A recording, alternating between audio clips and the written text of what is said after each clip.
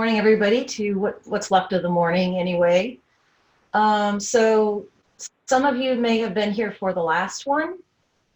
So I'm going to go over some of the concepts for a little bit just to make sure that everybody has the focus correct, what we're trying to accomplish in this particular session. So let me see if I can get to my share screen. There's a method to my madness. All right, here we go. And so some of you may know that I teach for the BSW program at Southeastern. And I've been there, I think this is my 5th year that I'm starting. And for 4 years, I was the field coordinator, and I'm actually now an assistant professor. And so I'm teaching a variety of classes right now. And I also am I'm a member of the Motivational Interviewing Network of Trainers. So we call it the MINT, and that is an international organization started by Bill Miller and Stephen Rolnick to help disseminate motivational interviewing, to have trainers that really encompass the principles and the spirit of the approach, and it's a way for us to share, best practices as far as training and the latest research. So very lucky to be a part of that group, that membership. So what I'm going to do is, like I said, go over just a few of the basics, just to remind us what motivational interviewing is about and those principles. And in particular, what we're focusing on in this particular session is to look at motivation and thinking about how do I elicit more motivation or more change talk. And this eliciting change talk is really focused on the person who is ambivalent about change. So we want to make sure we know what we're listening for, and then I'll go over the strategies that we can use to elicit and respond to change talk. So even though I probably do most of the talking, some of you, if you were here for the last one, know that I like to do some. So in this new day and age of doing stuff via webinar, I have a variety of things we're going to do, but one of them is we're going to do the first poll, if I can get to it. And so it should pop up for you just to take it real quick. And that is to answer what your level of education, training, experience with motivational interviewing. So just choose one of those options.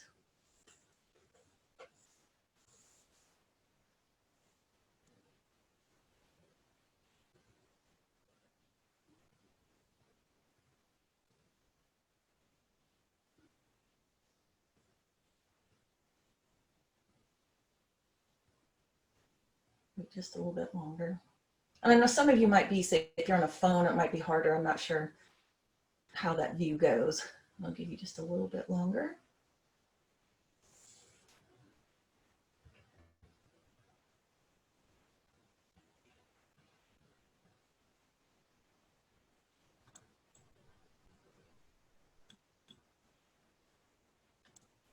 I know people are still popping in to the session. So you haven't missed anything important yet.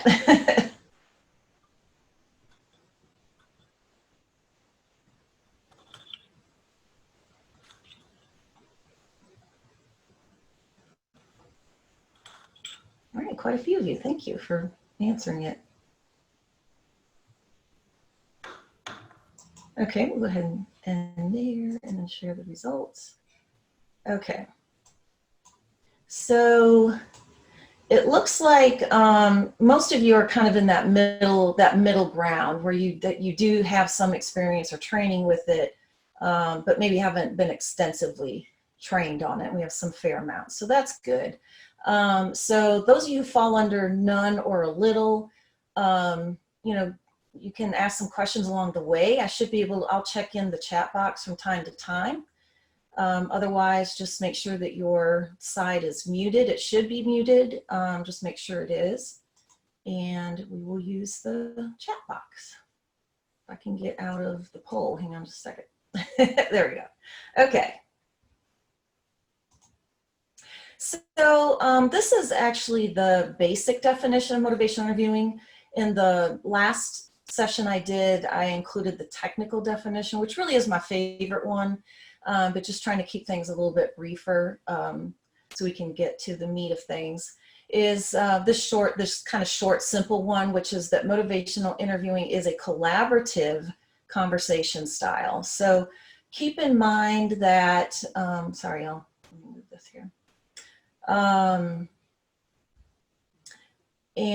somebody, Stephen, somebody asked if there's a recording of the one that I did last month. There is a recording, right? But I'm not sure if it's posted yet. Okay. Lindsay. Okay. So it will become available. And at some points, just like we have some other ones up on that website. So, and I think there's an introductory one that I did last year that's also posted up there. All right. So, okay. Thank you, Catherine. Motivation interviewing. So it's collaborative conversation style. So they stopped trying to pigeonhole it as a counseling style, and that it really is something that can be used by anyone.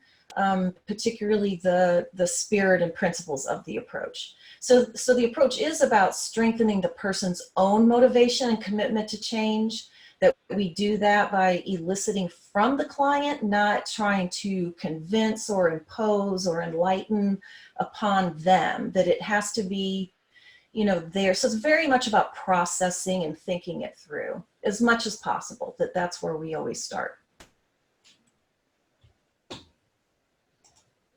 Okay. Oh, yeah. All right. So here's the next poll. So what I have is it's like a mini quiz.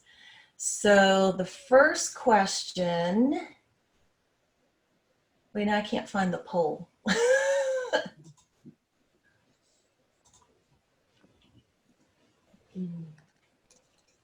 In my screen share. Oh, here it is. Sorry. I can't see the button. Okay. So I'm going to ask you these questions. All right. Hang on. How do I get the next poll, Stephen?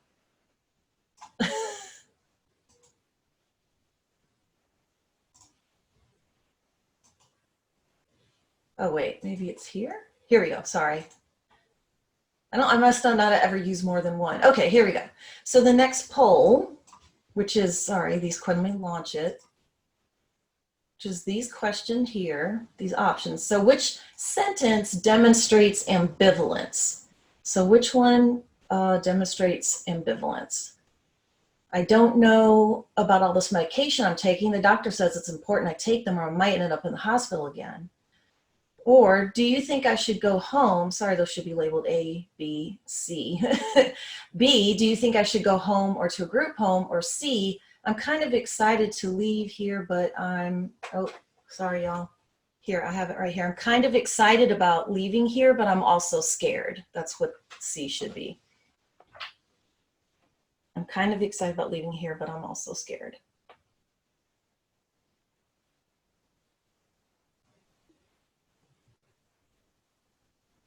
It's kind of neat to see stuff change in here.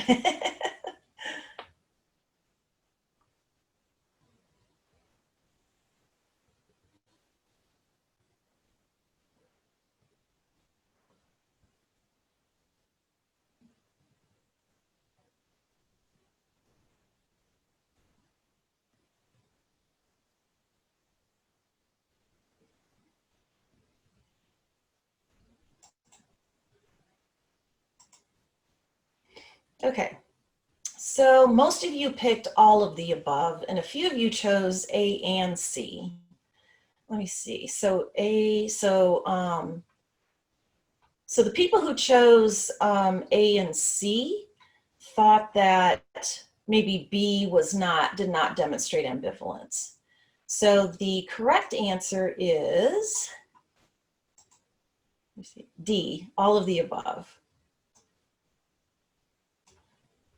So that was 16 of you. All right, and then some of you said A and C. All right, so so the first one, I don't know about all this medication I'm taking. So that already tells you that that's there's ambivalence there, that they're unsure about something. You know, doctor says I'm supposed to take it, but I might end up in the hospital again.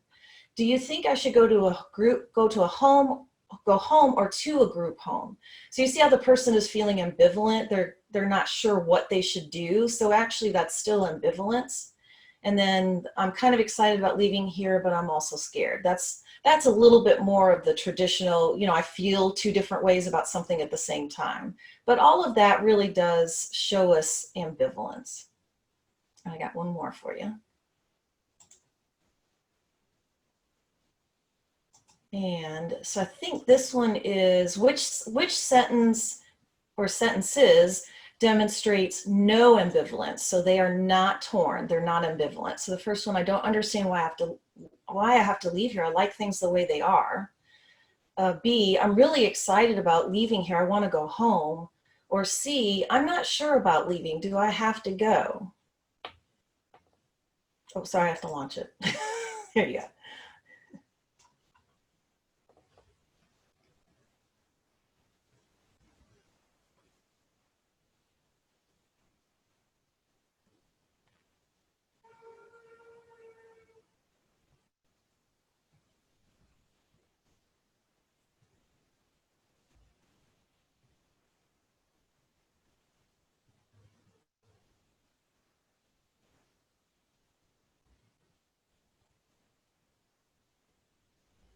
I have a couple that say A and C.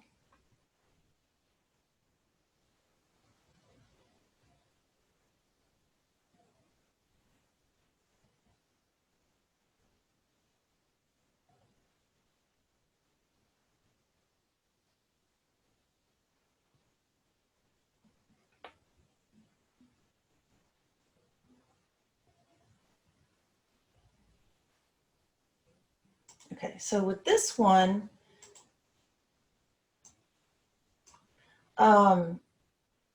so the B really is, that one definitely does not have ambivalence. I'm really excited about leaving here. I want to go home. Definitely shows not that there's not ambivalence.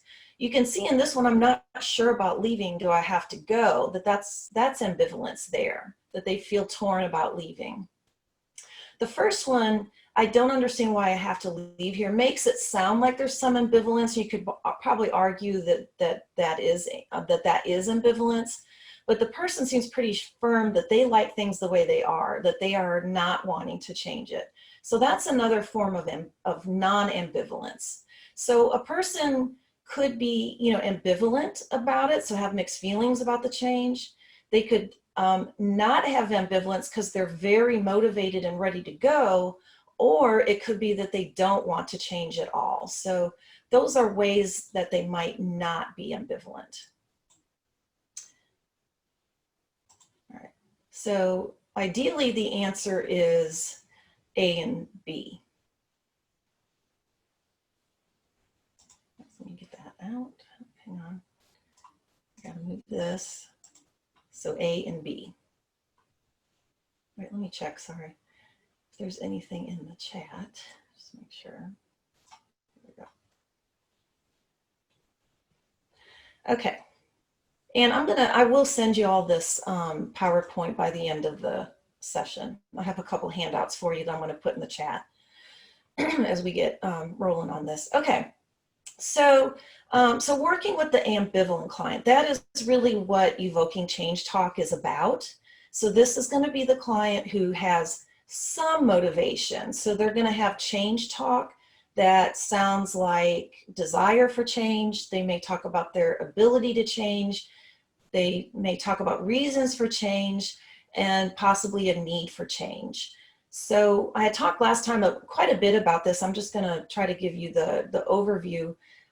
When we're trying to listen for that change talk and knowing where they are in terms of their motivation. Remember I talked about ready, willing, and able. or you can just look at it as desire, ability, reason, and need. It's just a little bit more specific with Miller and Rollnick's model here, but it's all that framework that change talk gets at motivation.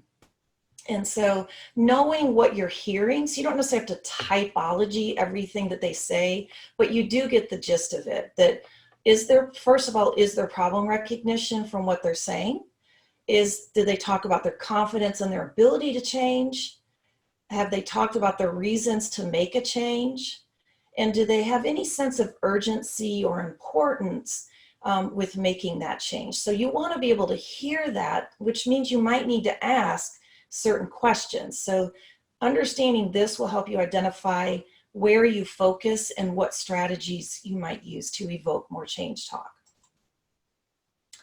And so for purposes of this particular session, there are 4 processes to motivational interviewing. It always begins with engaging, and this is sort of the long bar on the bottom, because really we're engaging the whole time with our clients, right? We don't really ever stop doing that. But, so you start off and you're trying to build that rapport, then you're trying to focus. So focusing is about, the target for that session. So they may have a lot of issues. There may be a big overall goal, but what is the focus of this particular session? What do we need to cover and talk about that they are ready to talk about? So once we have some idea of where we are with them, then we know whether we need to go to evoking or not. So, and again, these all sort of overlap. It's really not 100% linear because you start to focus and then you might be evoking some change talk, which still helps you focus, but you may have to go back to engaging if there ends up being some discord. So just keep that in mind, that it's a very fluid process.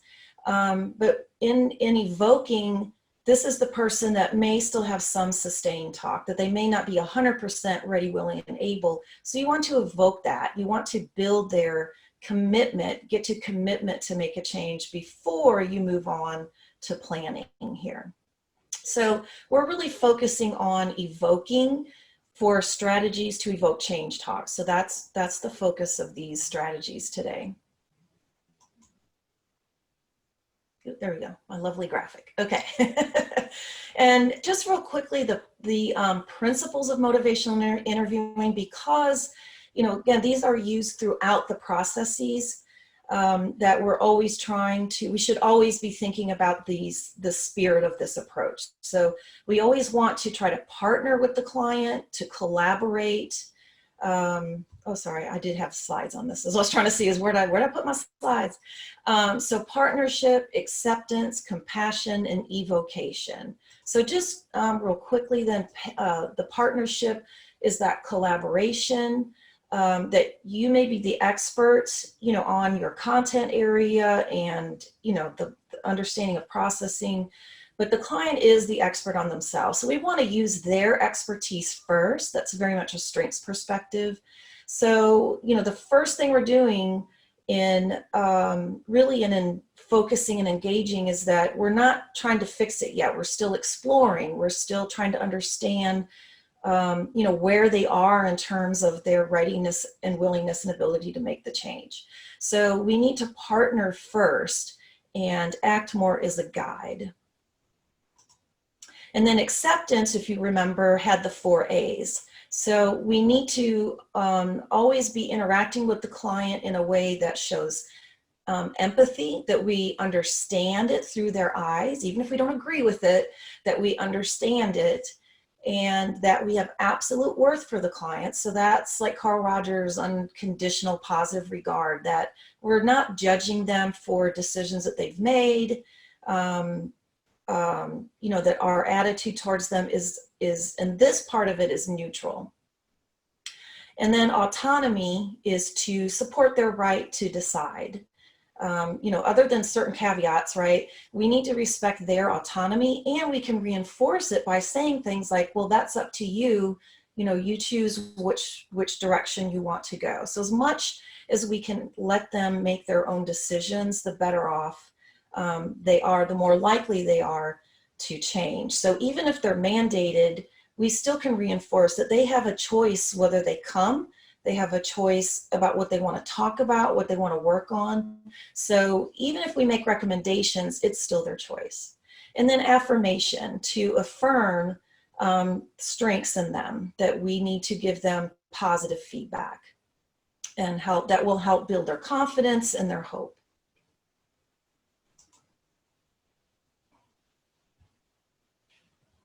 Hang on just a second, sorry. And then the C in PACE is compassion. So whereas the acceptance piece is a bit more objective or neutral, compassion is not. It is much more subjective. And this is the caring attitude that we give towards our clients. That doesn't have to be touchy-feely, warm and fuzzy, right? It's just that, we care about what happens to them. So empathy is when you can understand, what they're feeling, what they're thinking, experiencing. Compassion is to be compelled to help. So when you understand, when you're empathetic, that's one thing, but compassion is the desire to act on it, to be helpful to them and see to their needs. All right. And then evocation. So here is the big important piece. And it's good to bring this up again, because this is what exactly what strategies I'm going to show you that really help us to evoke this change talk. So if you remember that change talk is desire, ability, reasons, or need for change, and that involves preparatory change talk. So if you're into the stages of change, this would be in the contemplation stage of change, that there should be at least problem recognition, but they may not have all the desirability, reasons, and needs. So some of that might be missing. We're hoping to get to commitment or activation for change and or taking steps towards change. So let me get into that in just a minute. But what we're trying to do is evoke more of this change talk. So change talk is that any language that's an argument or it sounds like change. So it could be desire to change, but it can include reasons to make a change, their sense of urgency about it. So it could be that change talk is primarily under this preparatory, that if they're still kind of saying some sustained talk about, I know I should change it, but I don't want to, or I don't think I can, or here's some reasons why I don't want to change. If you're hearing that mixture of change talk along with the excuses, then we need to elicit more change talk. If they are telling you that they already have a commitment or activation for change, so that's the I will make that change, or I'm willing to. Activation is willing to. Or maybe they've already taken steps. They've done some things like started taking medication regularly, or stopped drinking, or cut back on cigarettes, or whatever it was, sought out support. If they're already taking steps towards making a change, then you know that there's probably not as much ambivalence. And so you can move on to planning at that point. But we're going to focus on this preparatory change talk, which can be mixed with the sustained talks. So these are essentially the person's arguments against change or their excuses. They sound like the excuses, yes, but. And it does parallel the change talk. So when we think about desire, ability, reason, and need, this sustained talk would be the opposite of that. So it could be, I know I should change, but I don't want to. Or I don't see how I could possibly do that. That's too hard. Or they have reasons, here's why I can't do it. Or maybe they just say, I don't see the need to change. I don't think it's a problem. So it's not something that I need to even work on. So that's the person we're going to focus on, who has a little bit of the change talk and some of the sustained talk. If you have someone who seems committed to the status quo, is not taking steps towards change, they're very much committed to not changing, that's all sustained talk. And that's under, I think my next workshop in October will be developing discrepancy. So that person is going to have very low problem recognition, and we need to develop discrepancy. So that's another workshop. This one is going to focus on, like I said, this preparatory change talk and sustain talk. So to kind of get you familiar with change talk versus sustain talk. Sorry, hang on just a second. I have to, I don't know if this is going to let me do it or not. I think I'm going to have to see if it'll let me open it up or not. No, it won't. I'm trying to highlight it, so it's just not working for me that way. Hang on. Let me exit my slideshow. Okay, that part, I guess I should have tested that one out a little bit. That's okay, we'll be all right.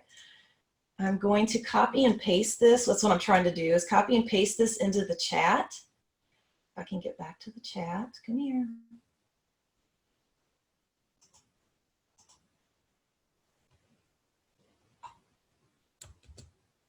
Okay, so I sent the link to this in here. So what this does is, I think because I'm sharing my screen in a very particular way that it's not letting me highlight this. But what you do is click on this and go to, let me see if I can get to it. Yeah, and do this real quick activity. Let me see.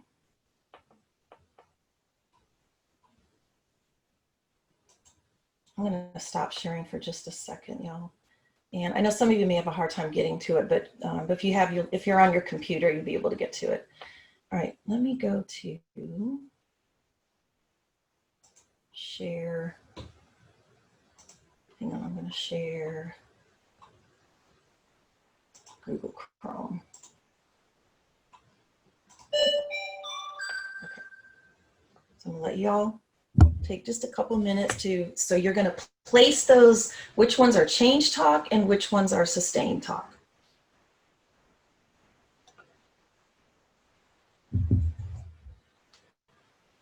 I think it'll tell you when you finish, you hit submit answers. I think it'll tell you which ones are right.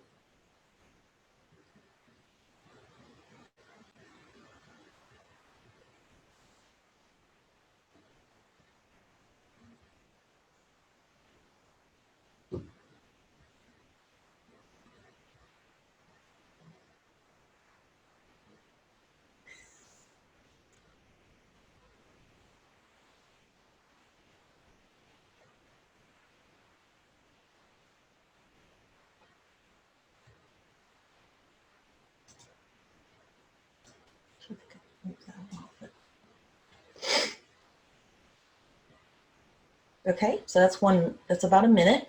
All right, so I don't see the point of meeting with you.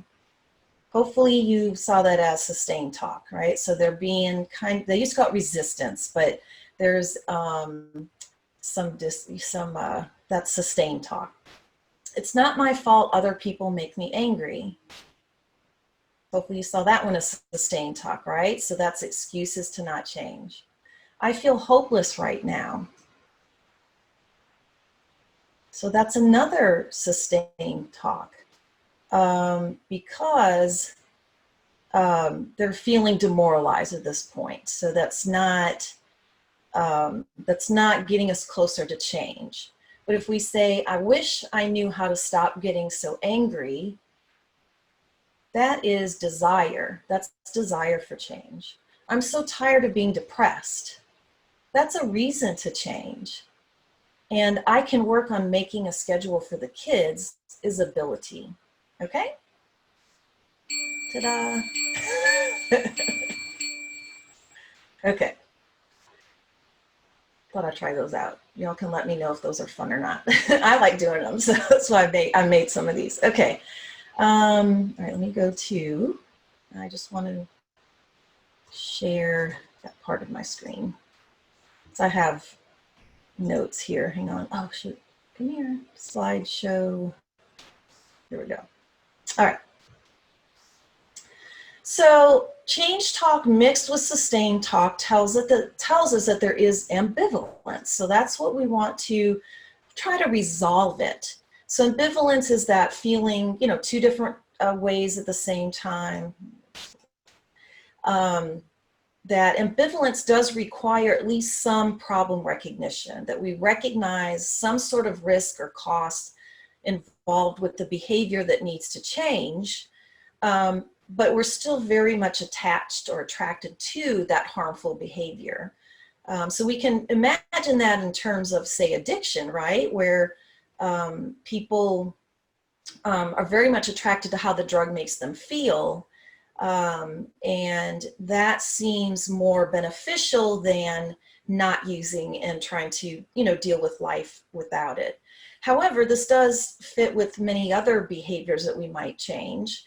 We just say, I don't know that I have time to deal with that, or it's not that important to me. We deal with that when we're trying to eat more healthy, exercise, maybe trying to be more organized. I'm always trying to be more organized. Yeah, I think that's just feels like an endless battle for me. So it's all things that's very normal for us to feel ambivalence, but it's important for you as a practitioner to recognize when you hear it so that you can help resolve it. So when they're ambivalent, if we jump into that planning stage where it's, well, how could you do things different? What would that plan look like? Going ahead and use applying CBT or DBT or any of those other approaches, they may not be willing to actually implement any of those changes if they're still ambivalent about the change. So now that I asked you to look at change talk and sustain talk, now I'm going to ask you to look at whether or not you hear ambivalence. Okay? I think it worked, although I need to stop sharing. All right, hang on just a second here.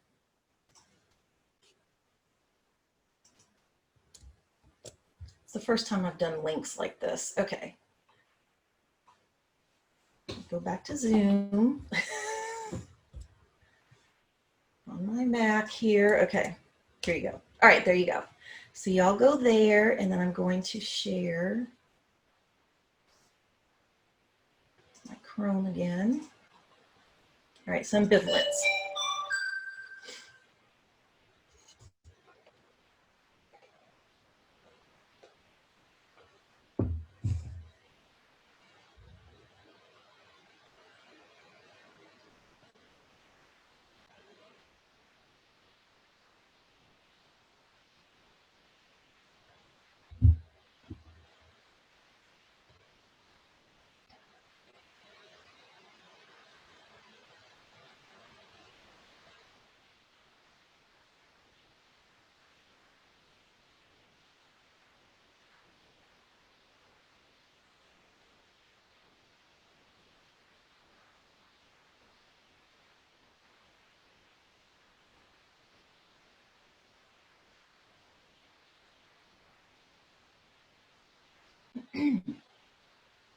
Hopefully I can remember what I did here. I think I'm the one that made this one. So let's see if I remembered why I even put these. You can't possibly understand what I'm going through. To be honest, I can't remember where I put that one. I think I'm going to put it under here. No ambivalence. Okay. I don't have a problem with my anger. So that sounds pretty confident that they don't have any ambivalence. I guess I could learn to control my anger better. So I guess kind of shows you that there's some ambivalence about it, that they're not completely opposed to it. I'm going to work on those affirmations we came up with. So see how that's very positive, like I will do this. This is activation for change, actually. I don't want to go to rehab, but I'll go if I have to. So that would be no ambivalence because they're pretty clear that they don't want to go. So yeah, maybe they'll go if they have to, just because they might feel coerced. And then the last one, I can see where I could set more limits with my daughter, but it doesn't seem to do any good. So there is some ambivalence. There's definitely two sides on this where, yeah, I could see where I could do it, but here's my excuse. This is classic ambivalence right here. So let me make sure I did it right. Oh, look at I screwed that up. Okay. Hang on a second. It was, here, let me start again. Sorry. See, I did forget. That's terrible. What did I say I messed up on the, oh, I'm going to work on those affirmations. Sorry. That one should not be, there's no ambivalence because they are committed to doing it. I'm sorry. And then I said, I don't have a problem and you can't. Here we go. I apologize, y'all. So this is the way it should be. Yeah, there we go. Yeah, I don't want to go to rehab, but I'll go if I have to. Sorry. That does show both sides of the ambivalence. Okay, well, hopefully. I don't know that I have any more of those, so hopefully I'm not going to mess that one up again. Okay, let me get back to the PowerPoint. Okay. Blah, blah, blah. All right, so change talk, sustain talk. I talked about this the last time, but I really like this image because it shows how, you know, the client really is struggling with their own change talk and sustain talk. That the person pulling this rope that's the client, not you. And that you are sort of the coach on the sidelines. And if they're trying to pull on the sustain talk and give you excuses, and that's where you focus is on what they say, you know, basically arguing about why they don't think they need to change, then the ambivalence actually starts to get resolved towards not changing.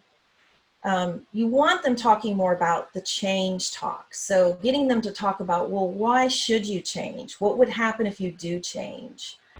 Getting them to focus more on those benefits, confidence in their ability to change, and of course, getting to that commitment and activation language. So the more change talk, the more motivation they have, the less ambivalence, and that we're resolving the ambivalence towards change.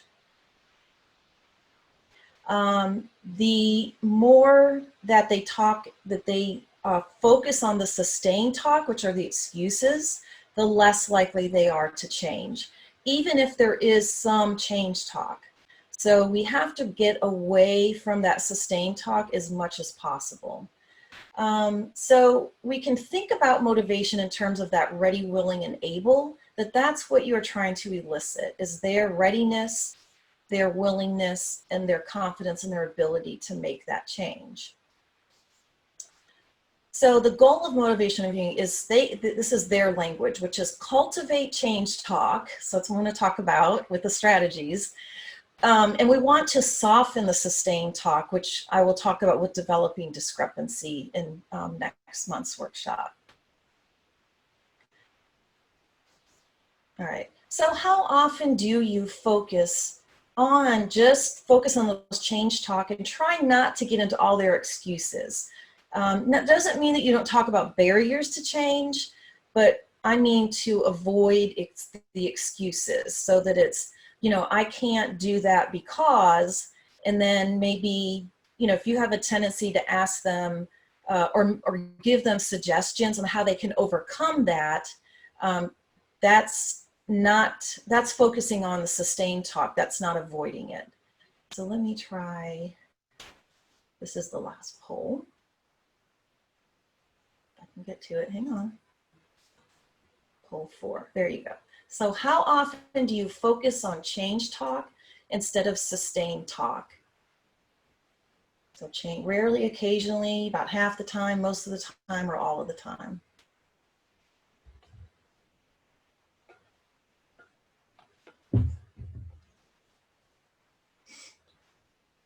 And you'll know that you do tend to get caught up in that sustained talk when you do find yourself trying to, you know, try to help them see why that's not accurate, or giving them suggestions on how to overcome it.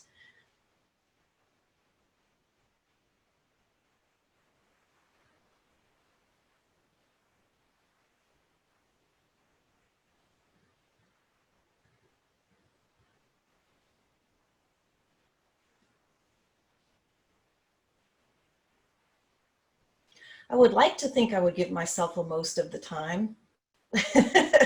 Maybe.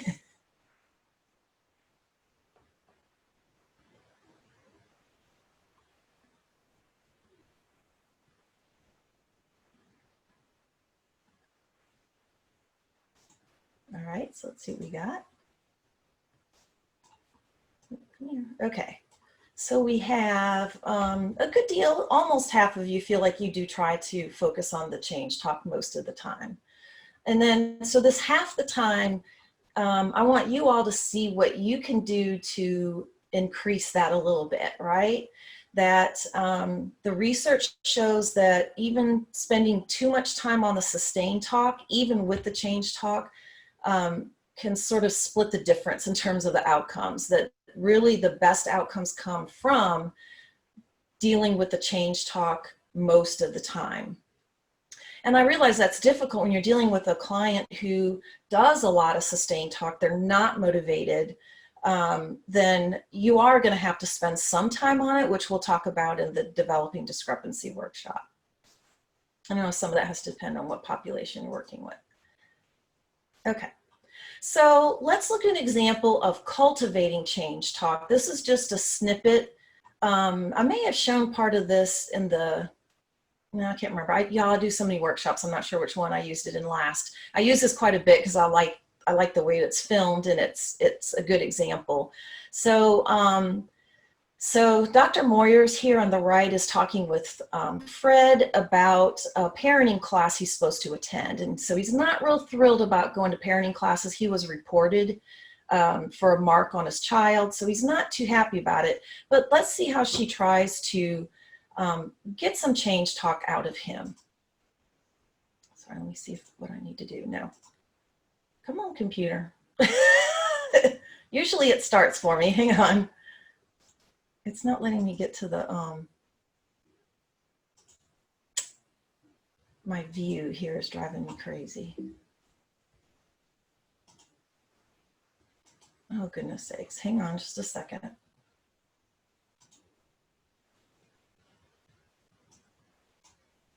Physical in your punishment, but on the other hand, you don't want him to be weak and you don't want him to be disrespectful. Yes, I feel it's important for him to understand the role of authority, and especially within the family.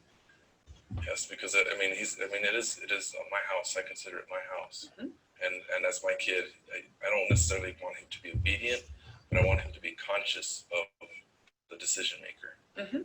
You would like some respect from your son. Yes, definitely.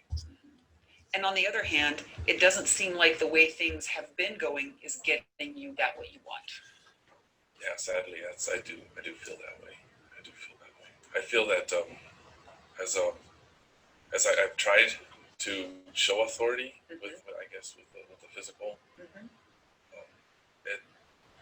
I don't think it's helping, because I think, well, I've been noticing that Mike's becoming gradually, but I've noticed that he's been more afraid of me lately.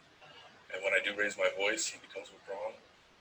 And when I become angry with him, he starts to cry a little. So I suppose in trying to make him stronger and not cry, so to speak, I believe maybe I'm kind of getting the outcome I'm trying to avoid. Yes. So even though you're trying to have a child that's respectful and strong and not weak, what's happening is the exact reverse, which is that he's becoming afraid of you and kind of intimidated by you. And you don't like that. Well, not at all, because that's how I was raised, and I guess my reaction wasn't to cry, so I assumed that Mike would be the same. I mean, they don't have a manual on parenting. So. Yeah. Well, isn't that right? Yeah.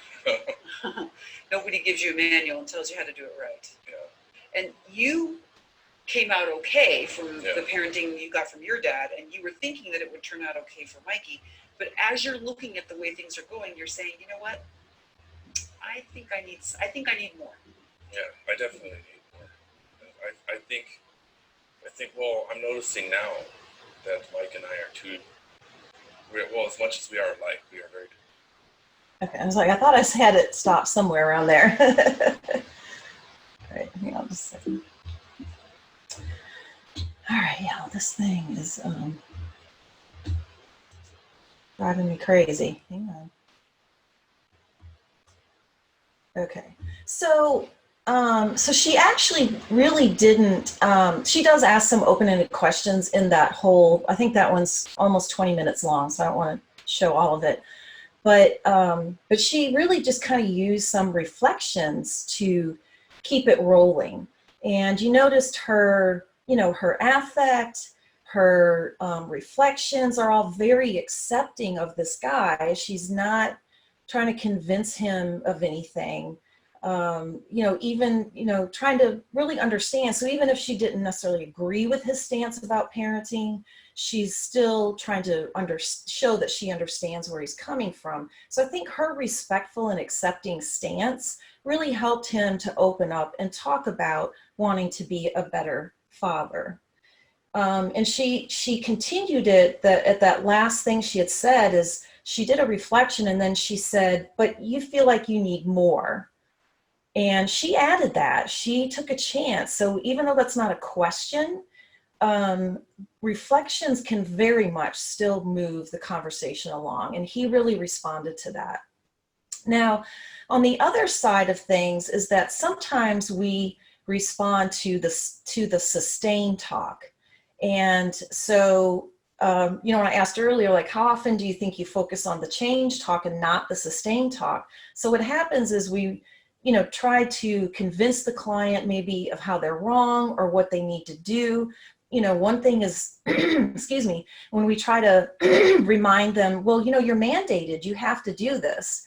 That's trying to fix it for them, rather than really helping them to be accountable, is to say, it's ultimately your choice whether you come or not. I mean, you recognize the mandate or the recommendations, and what will happen if you don't follow those.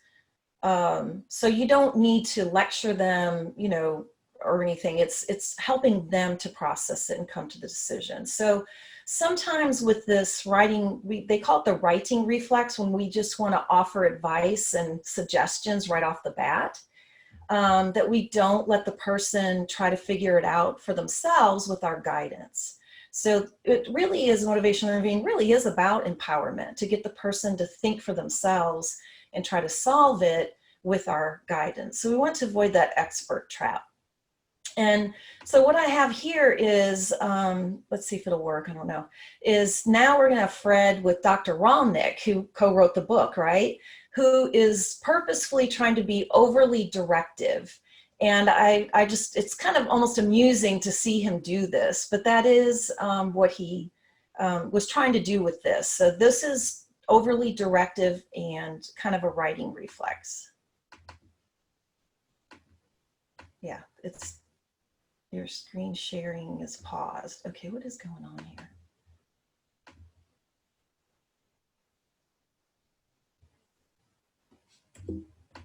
No, come on. So it looks like I have to. There we go. There we go. How do you do? My name is Steve. How are you doing, I'm a Steve? social worker in charge of the parenting program. Okay. Okay. And the purpose of our discussion today is to go through the processes that we need to talk about, check how you feel about them. Also for me to give you every encouragement to take advantage of the opportunity that you've been given here. So first of all, do you mind if I just check a few things with you? Okay. My understanding was that there was an incident at home which was picked up by the school. Is that right? Yes, that's true. Yeah, it was picked up by the school. Then the teacher called the social worker, and you had a discussion with the social worker.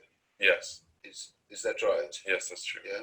Yeah. And you spoke to the social worker, who felt that because you were involved in physical contact with your child, that was something that might make you suitable for this program that I run here. Yeah, I guess so. Yeah, Yeah. have I got that right? Okay. Yeah. So now we're in the situation where we are asking you to come along to these parenting classes, which do you understand how long they go on for and that sort of thing? Yeah, 6 classes, yeah. There's 6 classes there, that's right, yeah, that's right. And are you okay about attending? Yeah, I don't want to go.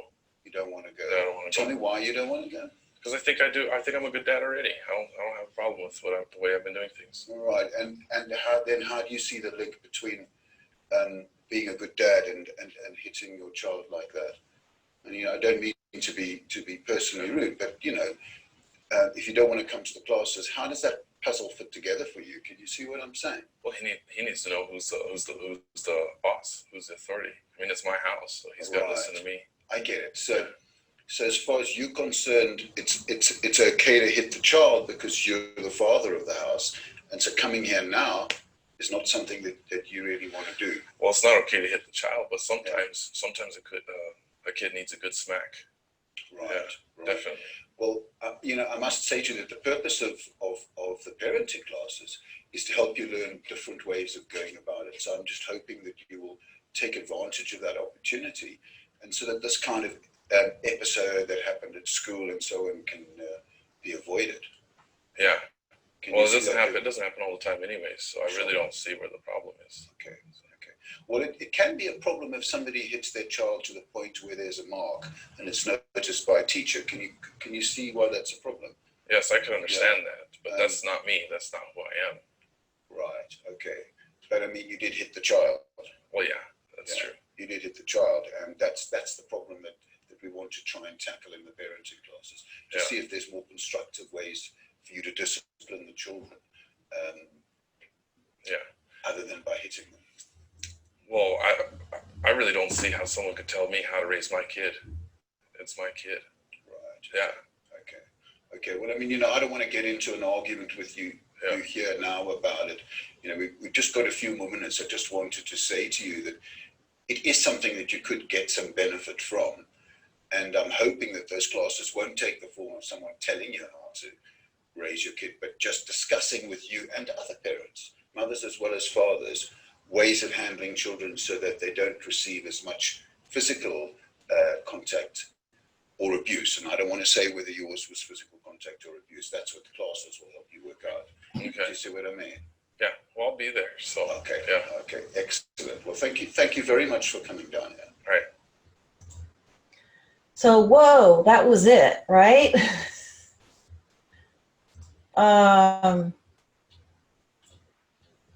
Yeah, I will. I'll have a handout in a little bit.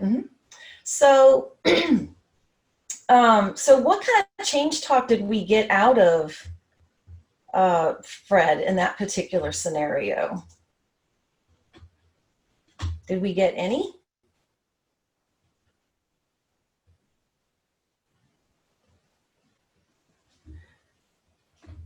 So he, where do you think Dr. Rolnick went wrong? When you think back to the beginning, and he explains sort of the purpose of their meeting, and then he starts to go into why Fred was referred. Was that a good way to start? Seem to be making assumptions. Yeah. So he's telling him, yeah, he should have let Fred describe what happened. No evidence of partnership, exactly. And he did seem kind of judgmental, right? That there was some things when he said, well, why don't you want to, want to participate? Which elicits sustained talk. So Fred gave him the sustained talk and said, because I don't think I need it. I'm a good dad already. So even though I think Rolnick kind of starts to back off a little bit, but by then it was too late. So, he's saying, well, I'm not saying that it's abuse or not. It's like, well, it sounds like you already have made up your mind. Or when he says, I'm not trying to argue with you. I always say, too late, you already are. And that's short. So it's like he spends 4 minutes with him and, really didn't get very far with Fred. So which Fred would you rather have in your group? The one that Teresa Moyers interviewed or the one that Stephen Rolnick interviewed? So even though at the end of the one with Terry Moyers, he still didn't really want to do these parenting classes. I just don't think he wants to share his business. There's more to that particular interview, but he still seemed more open to it, that he didn't get shut down, that she was very accepting of his concerns. He does express his concerns later in that interview. But he was able to say, you know, I would like to learn some new things. So even if he's not up for participating a whole lot in the group, he's probably more likely to get something from it with the way Teresa approached him rather than Stephen Rolnick. So to elicit change talk, then we're going to use the common skills, right? So ORS is used in motivational interviewing, but I'm sure y'all know it doesn't belong to motivational interviewing. These are good counseling skills that we should all have.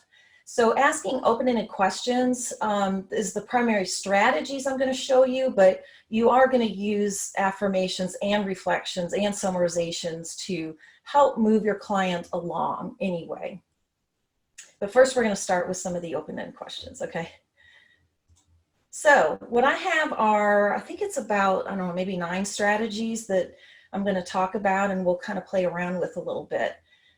So the first strategies involve we call these the evocative questions. These are meant to evoke the types of change talks. So, you know, when I mentioned the E in PACE, the principles is evocation. It really is looking at evoking desire, ability, reason, need, and commitment. So that darn C, we're really trying to get to that. So we might ask questions about desire, like what change are you thinking about making? What would you like to work on? What would you like to talk about? It could focus on their ability, you know, asking questions about their confidence. It could be definitely getting at reasons for change, which is often the bulk of this, but that's not the only thing. It isn't just having good reasons to change that motivates a person. Ultimately, there has to be the need and the commitment there. So the need is, how important is it to you? Is there trying to discover any sense of urgency and prioritization to do it? So not just want to, but really feeling like they need to.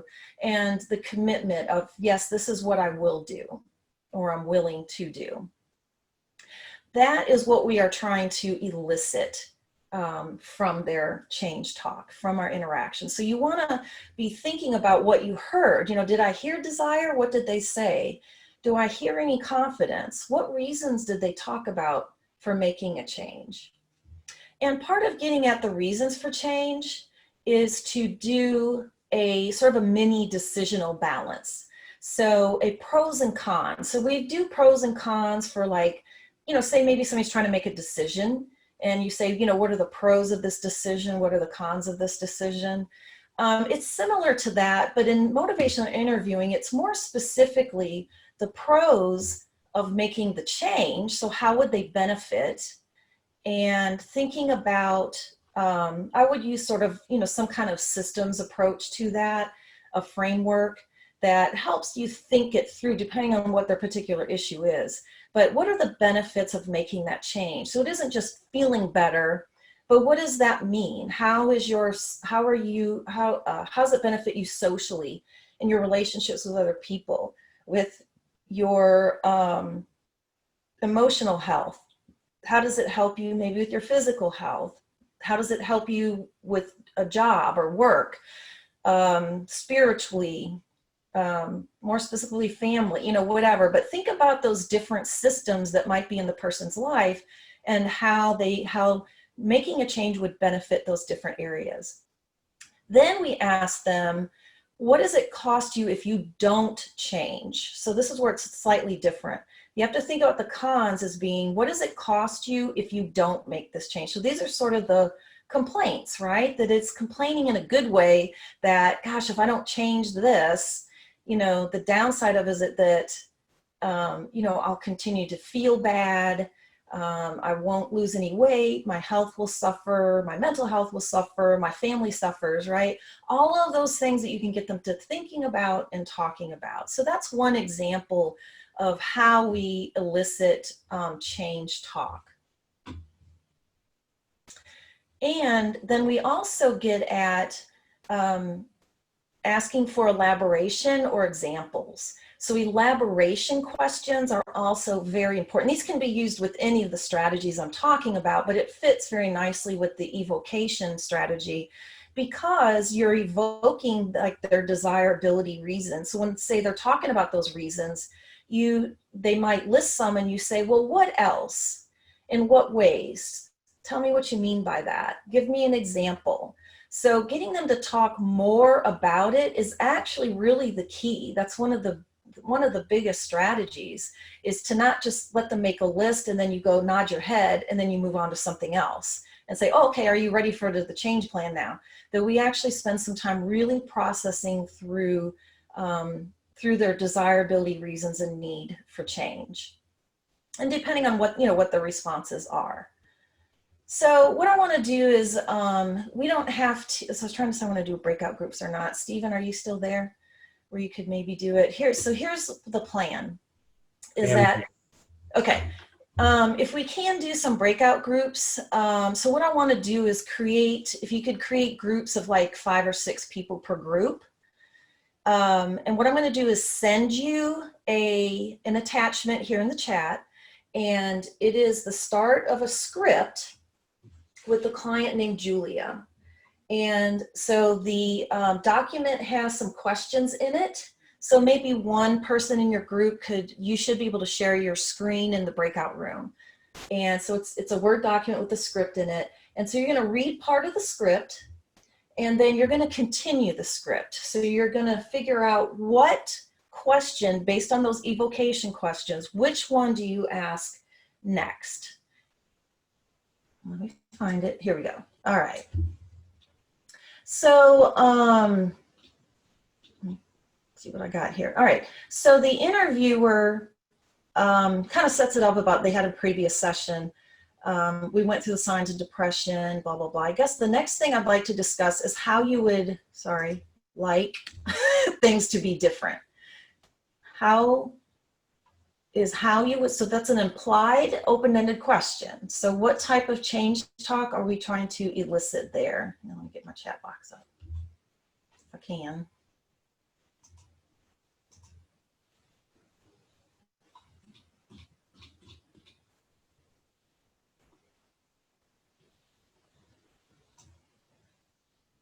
Okay, hang on, trying to minimize some of the stuff here so I can see what I'm doing. Okay, so what type of change talk are we trying to elicit from Julia? I guess the next thing I'd like to discuss is how you would like things to be different.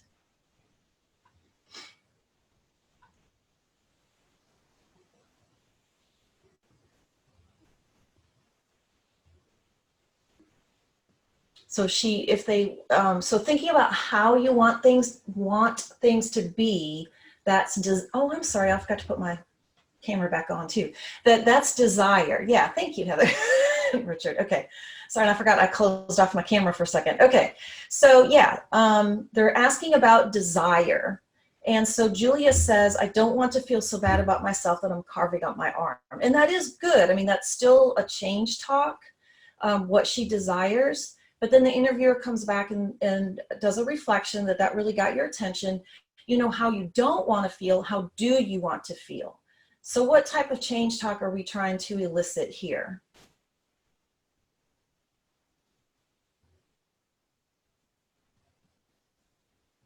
It's kind of a trick question because we're still actually asking for desire, but now we're trying to get it in the positive. So you don't want this, but what do you want, right? So it's still desire. What do you want? Yeah, what's your hope? So now she does answer it. And so that's one thing to think about is sometimes, they don't always answer it in the way, I hate to say the way you're looking for, but sometimes they don't. And so you have to rephrase it or emphasize something and ask it again or in a slightly different way. So that's not unusual. So we do get Julia to talk, saying that when I broke up with Ray, it just made me crazy. I feel like there's something wrong with me, that I always screw up my relationships. So the interviewer says, you'd like to feel happy and good about yourself again. What else? So what else? What else? What type of strategy was that? So thank you, Heather. Yes, it's elaboration. So now they're trying to say what else. So you like to feel happy. So remember, that's not just saying, okay, she said something about what she wants, but what else? So trying to really get her to talk it through. So she says, I want to be with a man who loves me. I seem to attract guys who are hung up about telling me how they feel. I need a man I can talk to. So she's trying to say men don't like to talk about how they feel. You know, she gets these kind of guys that she can't read them. I need a man I can talk to. So now what might you use next? So still thinking about evocation, because those are the only strategies I've talked about so far. What would be something else? So we've asked about her desire. What else now can we ask about? Go ahead and type something in.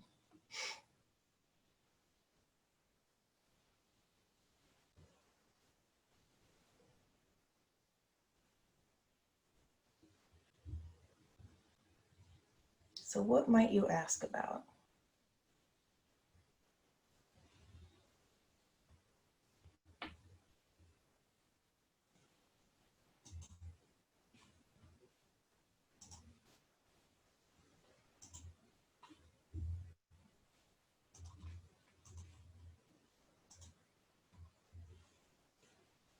Hang on, I'm gonna get back to if I can find my PowerPoint, here it is. What about an importance question? Let me get my chat back up. Come here, chat. Trying to get some, okay.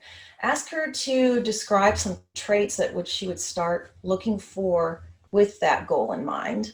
So that may be getting at what she's looking for in a man, but if we're still trying to get at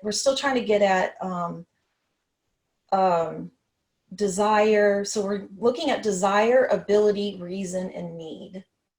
So we've asked about desire. What else might we ask?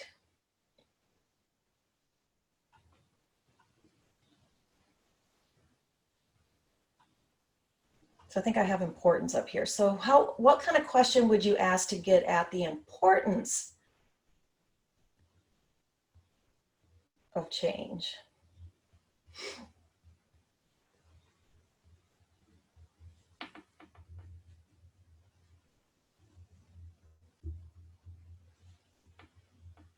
Why is it important that you have a relationship like that? So we want to be careful. Now, that is an open-ended question, and you're on the right track. We want to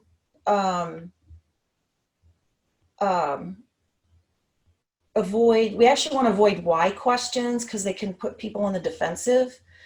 But just changing that why to a how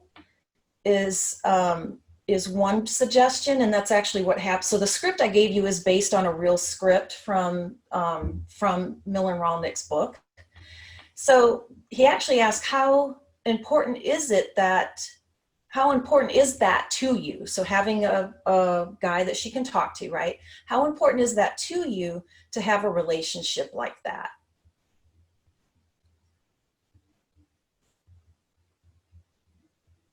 And I think Richard says you feel you really need to change. But I think first, so we want to get at, so that's, or you might say,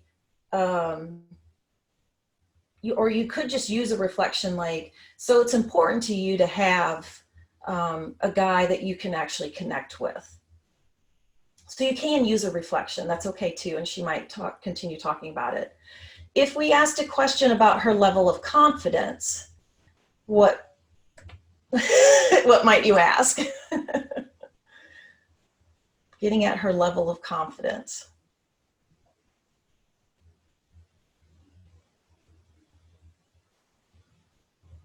Or ability, yeah. So if you want to get at confidence or ability.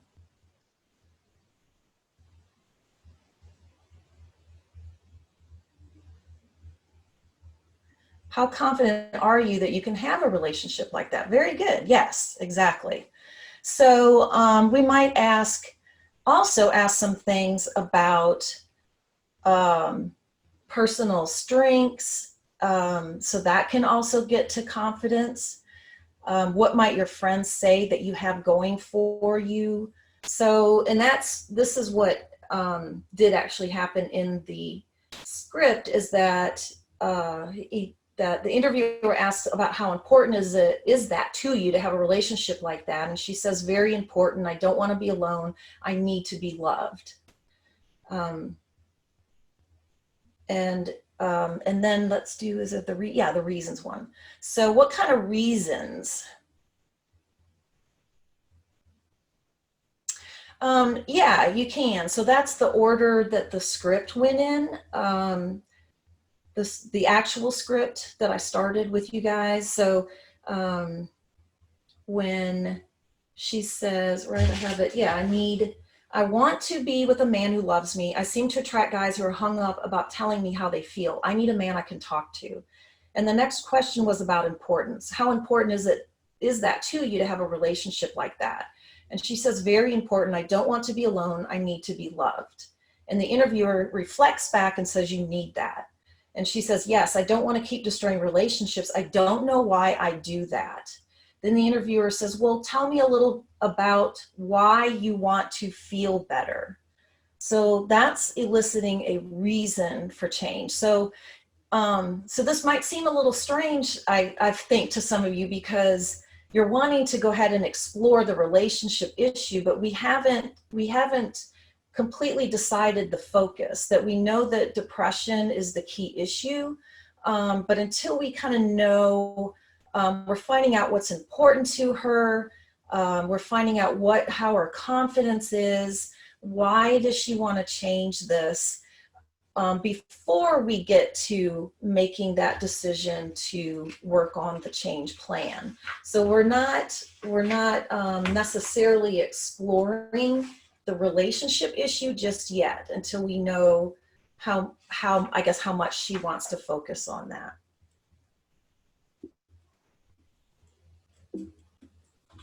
All right, come here, computer. Okay, so another strategy is to, and I'm keeping track of the time here, I think we're doing pretty good. So is to query extremes.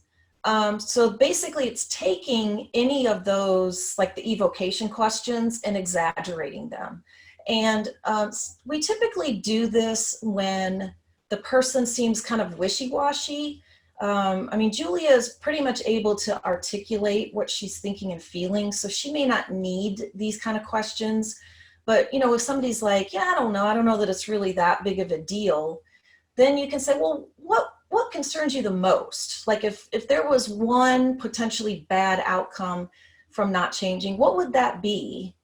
Or what's the best thing? So you're either asking for worst case scenario or you're asking for best case scenario. And it depends on what you feel like they need. You know, if there's a low problem recognition, then you might need to say, what's the worst case scenario?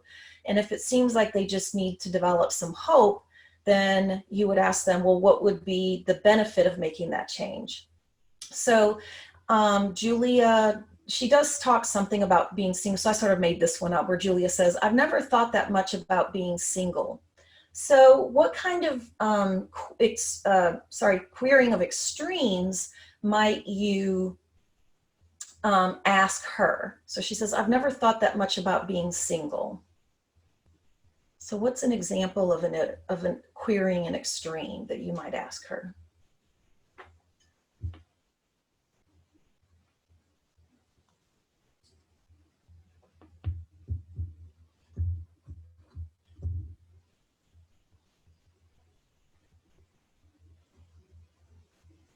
So we might ask, what concerns you the most about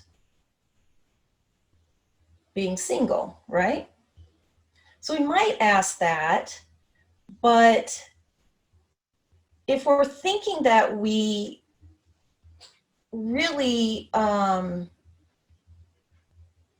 yeah, like, so Jody kind of said that was the worst thing about being single. The only thing is, like, we actually kind of, our target might be for her to be okay with being single. And if she talks about the worst part of being single, we're kind of eliciting maybe too much sustained talk. That probably with her, I would focus more on the benefits of being single. So instead of asking what concerns you, or what's the worst thing about being single, is to say, well, what's the best thing that could happen out of being single? Does that make sense? So you have to think about where you're trying to move the client.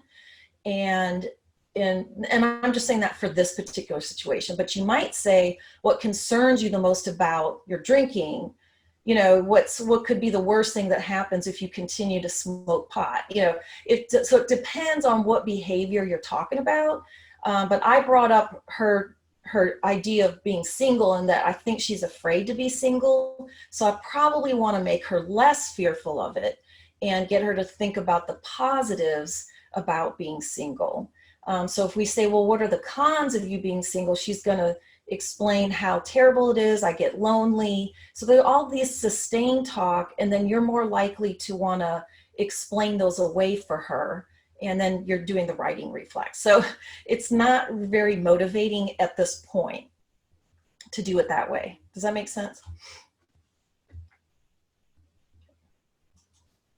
All right, so we can also do this looking forward, looking back. If any of you are trained in solution-focused therapy, some of this is going to sound very familiar, and you can actually use that. So looking forward question is almost like the miracle question.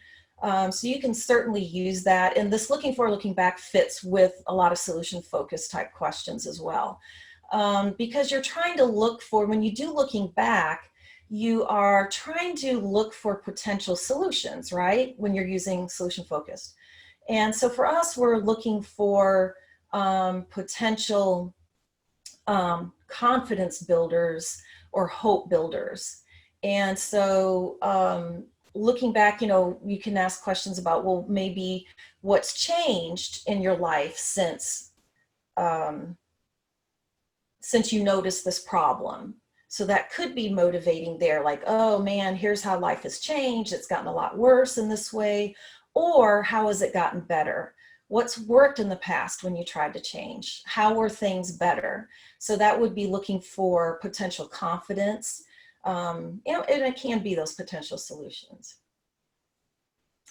All right, Brenda, I'm sorry, let me see what you said here. Do you feel better in the relationship that does not give you what you need, or being single? So you want to be careful not to like trap the client in a choice like that, that you really, if you're feeling like, when you do a close-ended question, so do you is a close-ended question, that you're actually better off to do that as a reflection and just make a guess. So you might say something like, it sounds like you've felt that you needed to stay in the relationship, and that discomfort was better than being single, and see what they say to that. So it's probably better off as a reflection, and then see how they respond to it. All right, and then looking forward, so that would be, if things changed, how would things be different? So if you learn to be single and happy single, how would your life be different? How would you know things were better? Or what might things be like in a year if you don't change, if you continue to get in relationships that aren't meaningful, things like that. So it says, a lot of times it'll say 5 years, and I have no idea who came up with 5 years. I think most of the clients I worked with can't hardly think a year in advance. So I recommend saying no more than a year or 6 months or something like that. But thinking about the future, or you can just sort of be vague about it. What might things be like if you make that change? So let's kind of think that out. So those are some other strategies that get at potential previous successes, or looking forward to sort of, we call it envisioning, and trying to imagine that future. So again, whether you want to look at it as how bad it could be if you don't change, or how good it can be if you do change. So you might have to go both ways. But again, it depends on how much you're getting from the client. And if there's kind of low problem recognition, then you probably need to ask some questions about what's it going to be like if you don't change. All right. So I think, what do I have? Oh yeah, I wanted to go over the change rulers. So the change rulers, you might have used these kind of things, you know, with scales. So, you know, a scale from, you can do 1 to 5 or 1 to 10, whatever cognitively you think is good for your clients. And so you use a ruler to gauge something, you know, where if you are, maybe you do CBT and you work with depression, you might say, how bad is your depression on a scale from 1 to 10, right? Well, this has to do with change talk and motivation. So, so remember desire and confidence and importance. So desire would be, you know, how much do you really want to make this change? But I tend to focus more on importance and confidence. So how important is it to you? So you can ask them, how important is it to you? But the thing with the scale, excuse me, is that you can say on a scale from 1 to 10, you know, with 1 being not important at all and 10 being highly important, how important is it for you to make this change? And then they respond, and then you need to follow that up. So it depends on what their response is. Or you can use it to ask about confidence. How confident are you that you can make that change on a scale from 1 to 10? Now, the important thing is what, again, that follow-up. So in motivational interviewing, you're actually going to ask them, why are you, I'm just going to make up something, why are you a 5 and not a 3? Or why are you a 3 and not a 1? So you're actually asking them to compare, and what you're doing is eliciting more change talk. Well, I'm a 5 and not a 3 because, you know, I really do realize it's something I need to work on. It is pretty important to me, and I know that if I don't work on it, things aren't going to get any better, or maybe could get worse. You know, that kind of thing. So they hopefully, now, remember, like I said, sometimes they don't answer it the way you want to. And they'll say, well, I don't know. I have so many other things going on. I'm just not sure I have that much time or energy to focus on this. So now they've not answered it the way I want them to. Then I rephrase the question. I said, well, why is it at least somewhat important? You said a 5, so why is it at least somewhat important? So you redirect them and get them to try to answer the question. So typically when you think about solution focuses, you say, what does it take to go from a 5 to a 6? And you can still do that, but first you want to look at why is it the number it is and not a lower number. Now, if they say something like, say, 7, 8, 9, 10, that's pretty high. You could still ask them, why did you say a 7 and not a 5? But sometimes you may just want to move on. Like if the importance is there, then you ask about confidence, and maybe the confidence is kind of low. So you're going to focus more on that. It just, again, it's part of helping you know where is their motivation, what are the strengths in their motivation, and what areas are still kind of lacking. So I like to use that one with importance and confidence. Let me see how we're doing on time here. Yeah. Okay, I think I have a couple of things here.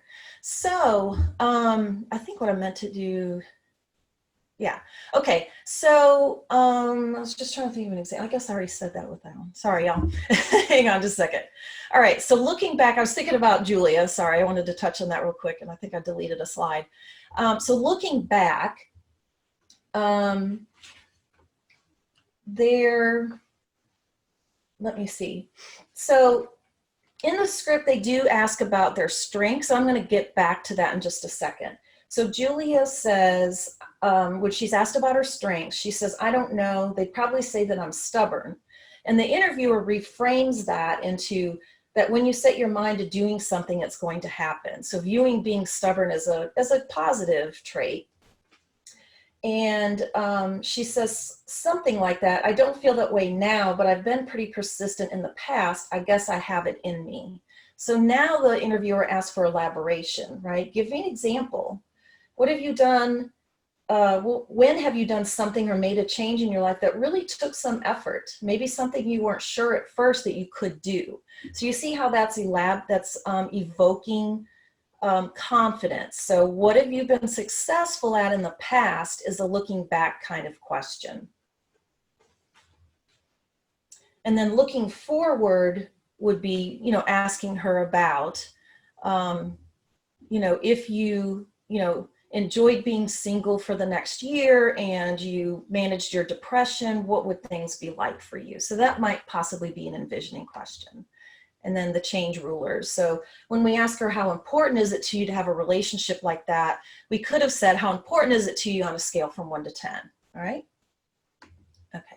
So now I want to look at exploring goals and values is another really good one. And this is particularly good when there is low importance for change. So when the person is feeling like, again, they may recognize the need to change, but it's not at the top of their list. So they're having trouble prioritizing it, that we have to get at the person's goals and values, help them see that discrepancy between how their actions are and what their values are, and sort of emphasize that conflict, but also noting, what are your values? How do you adhere to those? And how does your current situation sort of go against those goals and values that you have? So kind of getting at your almost kind of your own self-sabotage. So what I'm going to do is hopefully send you a file. Hang on. Here we go. It says values exercises. I'm going to give these to Stephen too, so they can put this up on the website as well. I'm going to send them out to y'all. So this is a couple of exercises, and actually I do have enough time to kind of show you. Hang on just a second. I think what I need to do, I have to stop sharing again. That's the only bad thing about the way I'm doing it, sorry. And I have to share my desktop so I can show you the thing here. It's, where'd the values one go? It's hiding on me. Hang on, let me get it. So I want you to see it. Values, here we go. Okay, so I have 2 worksheets that I'm sharing with you for free.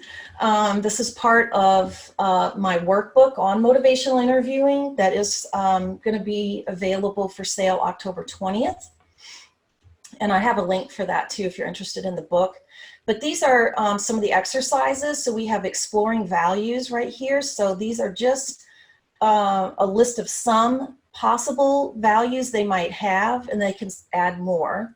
So they look at their values, and then they're going to choose up to 6 of the most important values. So what you do is you say, okay, I value kindness, and then describe it. Well, it's important to me to be nice to everyone, because you never know what they're going through. It feels good to be kind and friendly to people. So they're going to describe that. So they pick their top values, and then in the next exercise, they can pick 2 of them, pick your top 2, and which reasons fit, which reasons most closely align, look at your top reasons for change there's a different exercise. Which reasons most closely align with these values? So this is why I want to change, and how do your values connect to that? That's what we're trying to say. And then think about the concerns that led you to create your goal. Which ones stop you from living by these values? And how will working towards your goal help you better live by these values? So those are a couple of sample exercises from my workbook that have to do with values.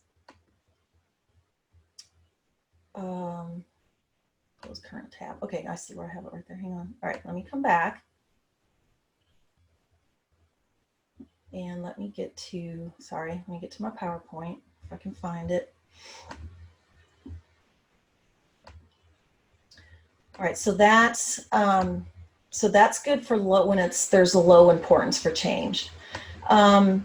Also, when you're trying to build confidence in their ability to change, then you want to do strategies that elicit affirmations and strengths. So remember, one of the questions in the script that I mentioned had to do with what are your strengths, and also ask, what do you think other people would say about you? So sometimes when people have trouble describing their own strengths, that sometimes if you say, well, what would the people closest to you say? And that feels a little bit safer, a little less embarrassing to say what might be positive. So I'm going to go into more about building hope and confidence for change in the November webinar. But you do want to, you can ask them to elicit some of their strengths, coming up with self-affirmations. So again, this is good for when confidence to change is low. And let me show you that other worksheet, and I'll send it to y'all too here in just a second. But here's the strengths samples exercises. And there's actually a huge, even bigger list than this that are characteristics associated with successful changers. And so they just need to pick, however many of these that they feel like fit, and then choose two of these and describe a time you showed that quality. So it's trying to give them examples. So give me an example of when you showed that characteristic. Another exercise is asking somebody else. So that's where this fits in with that, is to say, ask somebody that, cares about you to basically fill this out. So what have you seen or heard me do that makes you think I have this characteristic? What have you seen or heard me do that makes you think I have this? Oh, I'm sorry, they're supposed to, it's 3 different characteristics. I apologize. It's the same question, but have them, or maybe different people fill out different characteristics and why they think that way. Okay. So I'll send this to you guys as well.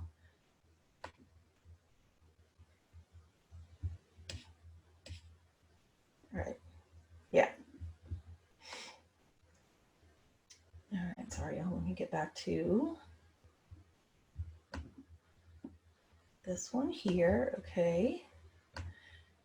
Sorry, you did that one. Okay. So let me move this because I think y'all can see my screen. All right. So I've really been talking about using open-ended questions, and those are important. They're good, but they don't always have to be formal questions. That actually using reflections is very common, and that can still move things forward through some good complex kinds of reflections. So when you're listening for change talk, you may need to elicit it by asking open-ended questions, asking for elaboration, right? You also need to affirm. So remember I said in the script that the interviewer reframes something where she says she's stubborn, but they reframe it as, when you set your mind to doing something, it's going to happen. So finding something positive to say about the client to affirm them. And then, of course, using reflections. So typically you are going to do a reflection before you ask that next question anyway, I hope. But you want to pull out their change talk. So you actually that's what you purposely want to reflect back to them. Sometimes you're purposely reflecting back the ambivalence if they really need to hear that mixed feeling. But otherwise, you want to take whatever they've said and try. So I talked about using reflections, and then hopefully I get cut off maybe at summarizations that, bringing together a bunch of that change talk when you feel like it's time to try to move on to getting that commitment talk to say, hey, are you ready to talk about a change plan? And I have one more thing, and I'll send it to you guys. You could probably do that later if you want to. There was like one final quiz thing. Should be in the PowerPoint PDF. And I think that actually was really all I was trying to do, is have one more little quiz thing that I can't send you. And then sorry,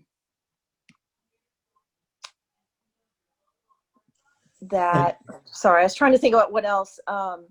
Angie, just to be clear, on the PowerPoint, we'll send that out to the group, and we'll also post it on the E2P Learn site, so everybody will be able to get it. Lindsay has it. Yeah. Yeah. So I will have the PowerPoint. It will have the example worksheets, and I will have one more sheet that has, it's kind of a cheat sheet that has all of those strategies on it. And I think it has the strategies that I will use when I do developing discrepancy. There's strategies to deal with sustained talk, to develop discrepancy.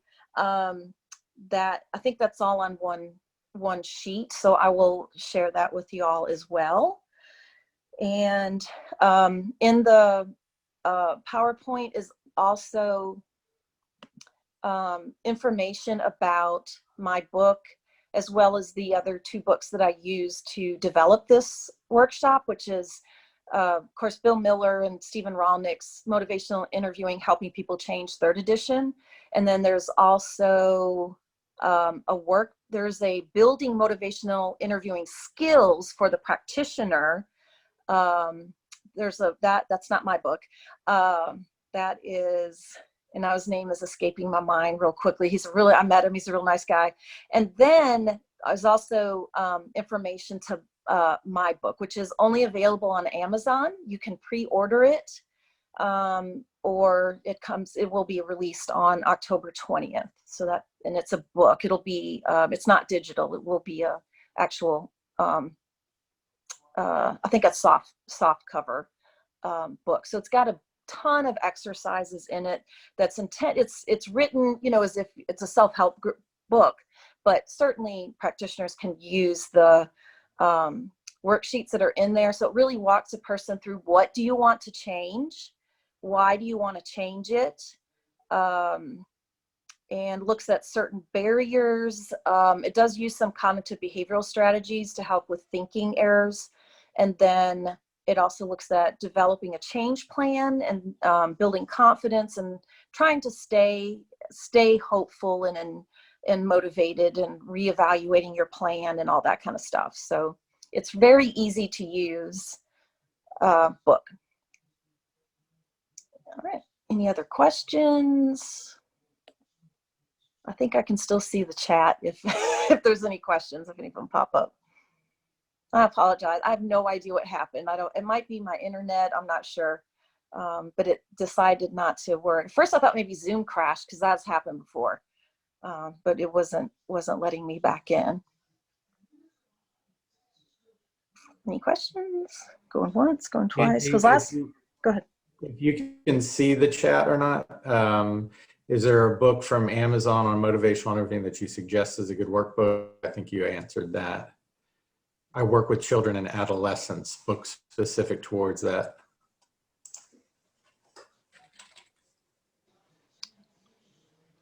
Yeah, so it depends, Jamie, on which, if you're looking for stuff for the client, that would be my book.